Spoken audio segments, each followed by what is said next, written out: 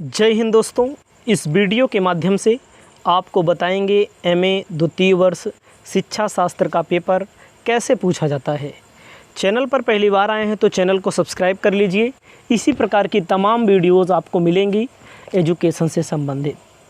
ध्यान देना है, एमए में जो लोग शिक्षा शास्त्र का पेपर देंगे, जो भी स्टूडेंट, यानी कि आप इम्पोर्टेंट क्वेश्चन भी यही मान लीजिए, इसी के टाइप के क्वेश्चन आपके पेपर में आपको मिलेंगे 100%। याद रखिएगा हमारी बात को, ठीक है।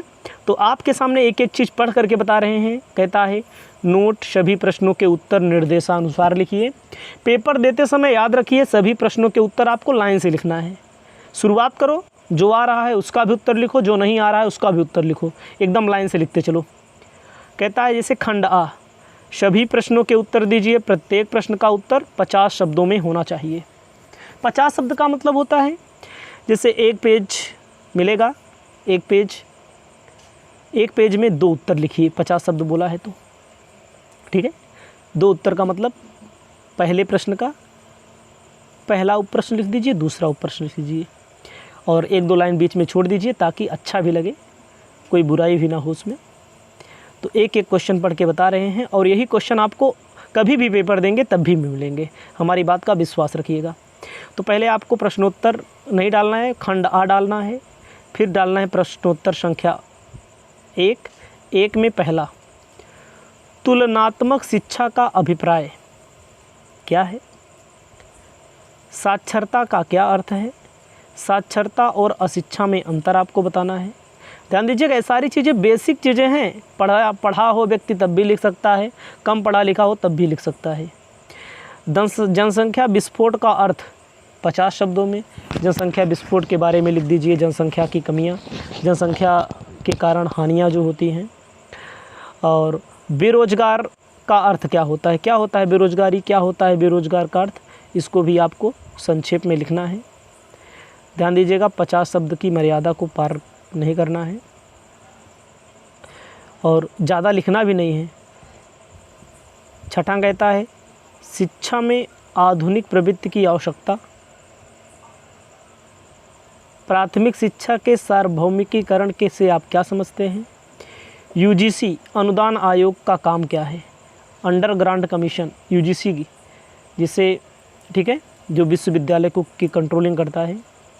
मुक्त विश्वविद्यालय जो खुले हैं, जैसे इंदिरा गांधी मुक्त विश्वविद्यालय है, तमाम मुक्त विश्वविद्यालय हैं। तुलनात्मक शिक्षा की आवश्यकता। तो आप एक बार फिर से देख लीजिए, इनका उत्तर जो भी लिखना है 50 शब्दों में।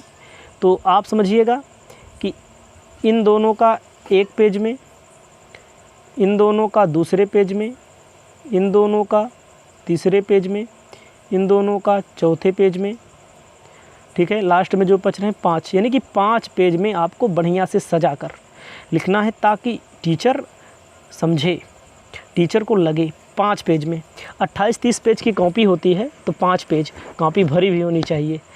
तो छोटा, ना तो छोटा लिखना है, ना तो ज़्यादा लिखना है, ना तो कम लिखना है। अगला कहता है खंडबा, 200 शब्दों में। आपके पेपर में 200 शब्द कहा रहे 200 शब्द लिखना है, 150 कहा रहे 150 लिखना है, 300 कहा रहे 300 लिखना है, जैसे कहा रहे। तुलनात्मक शिक्षा, देखो कई प्रश्न आया है पेपर में, हर साल पूछा जाता है। विशेषता बताइए अथवा महत्व बताइए, दोनों में से 1-2 पेज में कम से कम लिखना है। याद रखिएगा हमारी बात को। पेज गिन लीजिए, यहाँ पर 5 पेज हुआ था, ये आपका 7 पेज हो जाएगा। कॉपी उसी के हिसाब से आपको मिलती है जिस हिसाब से प्रश्न दिया होता है, नहीं बचेगा एक भी पेज, ज़्यादा नहीं पड़ेगा ना तो कम पड़ेगा, मिला लीजिएगा। और तुलनात्मक शिक्षा के विकास की द्वितीय अवस्था का मूल्यांकन कीजिए। अंतर्राष्ट्रीय शैक्षणिक विश्लेषण, 7-2-9 पेज, मतलब एक ही करना है दोनों में से, चाहे इसको कीजिए चाहे इसको कीजिए। तो पेज भी गिनते चलिएगा। भूमंडलीकरण में शिक्षा की भूमिका बताइए। सामाजिक कारक जो तुलनात्मक शिक्षा को प्रभावित करते हैं, 2 पेज। इसमें भूमंडलीकरण वाली शिक्षा, सामाजिक कारक पूछा जाता है पेपर में। आपको आगे बताने जा रहे हैं, आपको आगे ध्यान देना है। क्या कहता है? इंग्लैंड की शैक्षिक संरचना बताइए। इंग्लैंड में कैसी शैक्षिक संरचना है? ध्यान दीजिएगा, अथवा अमेरिका के बारे में बताइए, इंग्लैंड के बारे में भी ध्यान दीजिए, अमेरिका के बारे में 2 पेज इसका भी रख लीजिए, दोनों में से एक ही करना है, तो इंग्लैंड या तो अमेरिका, 11 पेज हो जाएगा। संयुक्त राष्ट्र संघ की शैक्षणिक अवसरों को सुधारने की भूमिका बताइए।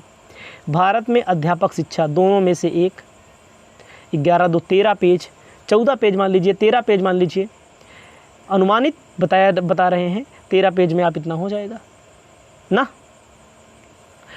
तो 2 पेज से कम लिखोगे तो पेज बच ही जाएगा, लेकिन नंबर भी कम मिलेगा, याद रखिएगा। खंड सा में क्या कहता है, किन्हीं 2 प्रश्नों के उत्तर दीजिए। 2 कह सकता है, 1 कह सकता है, 3 कह सकता है, जो पेपर में कहा रहेगा उसको लिखना पड़ेगा, क्योंकि पैटर्न बदल जाता है, क्वेश्चन नहीं बदलते। 7वां नंबर कहता है शैक्षिक बेरोजगारी का स्वरूप क्या है। मतलब जो पढ़े लिखे हैं वे भी बेरोजगार हैं, कारण क्या है, इसमें सुधार कैसे लाया जा सकता है। 8वां है अमेरिका की व्यावसायिक शिक्षा प्रणाली।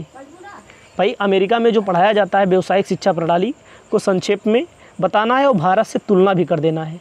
तो कै पेज हुए, इसको भी ध्यान देना है, कै पेज है भैया। ये 500 शब्द बोला है, यहाँ पर दिख नहीं रहा है, 500 शब्द बोला है, तो एक प्रश्न का उत्तर 5 पेज, 4 से तो कम नहीं होना चाहिए, याद रखिएगा।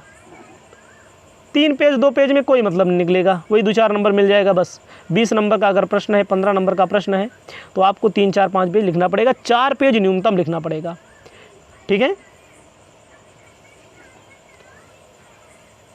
उसके बाद अमेरिका की व्यावसायिक शिक्षा प्रणाली के बारे में भारत से तुलना करने के बाद भारत में माध्यमिक शिक्षा की विवेचना कीजिए, इसकी तुलना इंग्लैंड से कीजिए।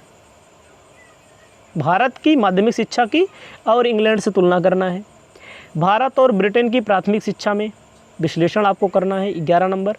तुलनात्मक शिक्षा की विवेचना करनी है आपको और समस्या बताना है। तो यही है आपका शिक्षा शास्त्र का पेपर। यदि आप इस वीडियो को पूरा देखे होंगे तो आपको समझ में आएगा। इसी प्रकार के और भी वीडियो पाने के लिए चैनल को सब्सक्राइब करें, शेयर करें। जय हिंद, जय भारत।